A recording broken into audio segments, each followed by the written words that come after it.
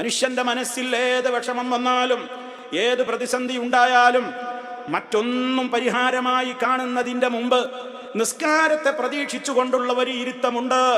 നമസ്കാരത്തെ നമ്മുടെ മനസ്സിലേക്ക് കൊണ്ടുവരുമ്പോൾ എൻ്റെ ടെൻഷനുകളൊക്കെ റബ്ബിനോട് പറയുന്ന, എൻ്റെ റബ്ബിൻ്റെ മുമ്പിൽ പറയുന്ന വല്ലാത്തൊരു മനസ്സമാധാനവും റാഹത്തും തനിക്ക് നൽകുന്ന അവസരമാണത്.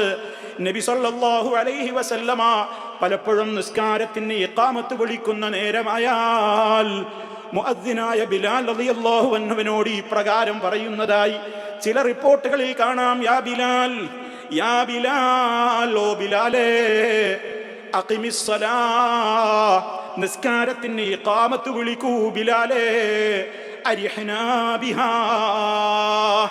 അതുകൊണ്ടൊന്നും ആശ്വാസം കിട്ടട്ടെ. അപ്പൊ നിസ്കാരം എന്തിനുള്ളതാണ്? റാഹത്ത് പോകാനുള്ളതല്ല, റാഹത്ത് വരാനുള്ളതാണ് നിസ്കാരം.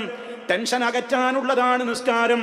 കാരണം അതിൽ അഫ്ളലു ദിക്റായ വിശുദ്ധ ഖുർആനുണ്ട്, അതുപോലെ തന്നെ അഫ്ളലു ദിക്റായ ലാ ഇലാഹ ഇല്ലല്ലാഹുണ്ട്, മുഹമ്മദുർ റസൂലുള്ളാഹ് എന്ന ഷഹാദത്തിന്റെ പ്രഖ്യാപനമുണ്ട്, തസ്ബീഹുകളുണ്ട്, തഹ്ലീലുകളുണ്ട്, തക്ബീറുകളുണ്ട്, ദുആകളുണ്ട്. മുസ്തഫായുടെ മേൽ മനസ്സറിഞ്ഞുകൊണ്ട് സ്വലാത്ത് സലാമുകൾ പറയലുണ്ട്. എല്ലാം ഉള്ളടങ്ങിയിട്ടുള്ള ആ നിസ്കാരം നിർവഹിക്കുന്നതിനെ കുറിച്ച് റസൂലുള്ളാഹ് പറയുന്നത് എന്താണ്? അരിഹ്നാ ബിസ്സലാ, അരിഹ്നാ ബിഹാ, ഇഖാമത്ത് വിളിക്കൂ ബിലാലേ, മനസ്സിന് ശാന്തി കിട്ടട്ടെ.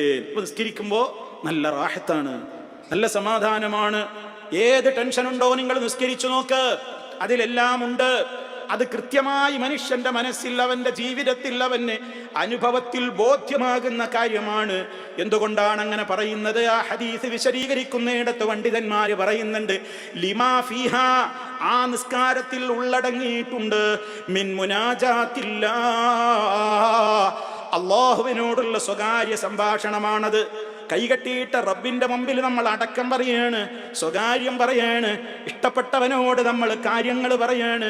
അതേപോലെ തന്നെ വറാഹത്തിൽ റൂഹി വൽ ഖൽബി, മനുഷ്യന്റെ ഹൃദയത്തിന്, അവന്റെ ആത്മാവിന് നല്ല ആശ്വാസം പകരുന്ന കാര്യങ്ങൾ അതിലടങ്ങിയിട്ടുണ്ട്. അതുകൊണ്ടല്ലേ മുത്ത മുസ്തഫ നിസ്കാരത്തെ കുറിച്ച് പറഞ്ഞപ്പോ വജുഇലത്ത് ഖുർറത്തു ഐനി ഫിസ്സലാ, എൻ്റെ കണ്ണിൻ്റെ കുളിർമ എനിക്ക് നിശ്ചയിക്കപ്പെട്ടിട്ടുള്ളത് നിസ്കാരത്തിലാണ്.